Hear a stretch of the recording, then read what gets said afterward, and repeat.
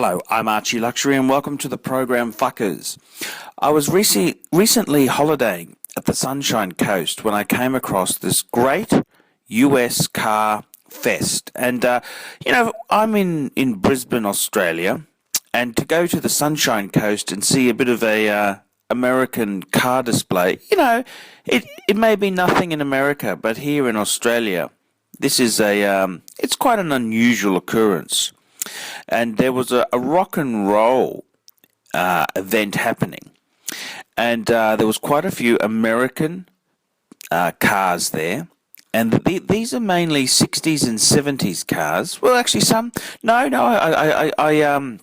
there was a hot rod from the 30s. There was a Pontiac from the late 40s. There was a 50s Caddy.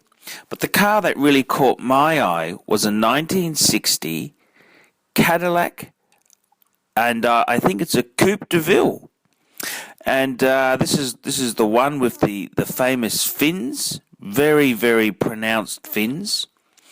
And it's sort of, I think the 1960 Cadillac is probably one of the most good-looking, if you're into American big excess, of all time.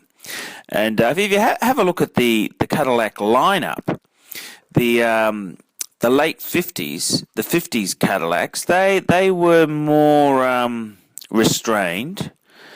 And then the 1959 to 1960 Cadillac is really remembered for its huge, sharp tail fins with dual bullet tail lights, two distinctive roof lines and roof pillar configurations.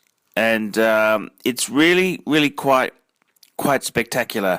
In 1959, the Series 62 were moved from the Series 62 to their own series. The Series 6200 DeVille and two-door Eldorados became the Series 63 and Series 6400. Fuck, this is getting a bit technical. But look, the wonderful thing is, I mean, this is just a great piece of American metal,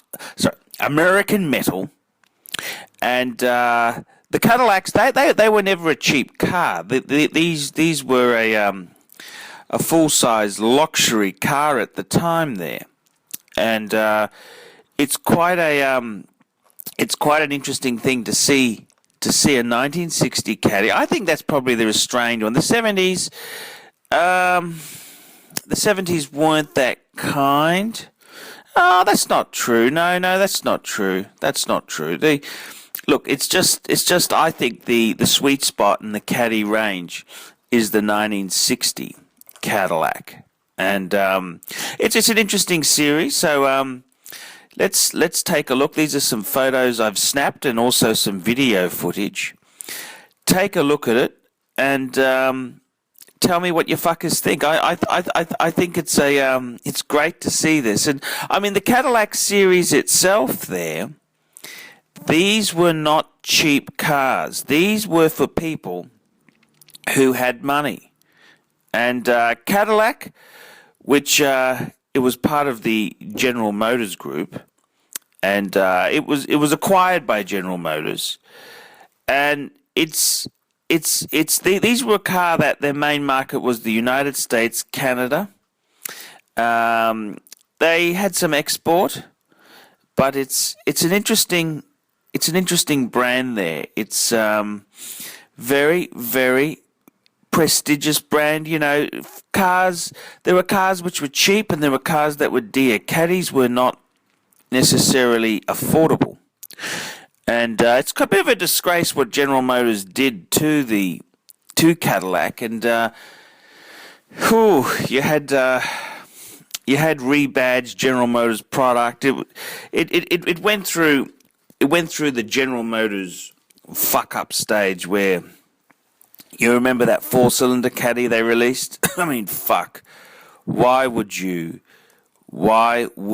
do that? I mean, that's just fucking lunacy. And it was just absolutely crazy there. It's sort of how time moves on there. But the Cadillac Cimarron, which was that was the 4-cylinder Cadillac, sort of like a. It was based on the General Motors J platform, early 80s, and it was General Motors' answer to the 3 Series BMW and small European cars. But they were, what would you say? They were a piece of fucking shit. But yep, that's that's how it goes, I'm afraid, fuckers. But this 1960 Caddy here, this is when caddies were caddies and men were men. They were men. But I really think the sweet spot in Cadillacs, 1960. This is it, fuckers. This is it. I'm Archie Luxury. Tell me what you fuckers think of the 1960 Caddy.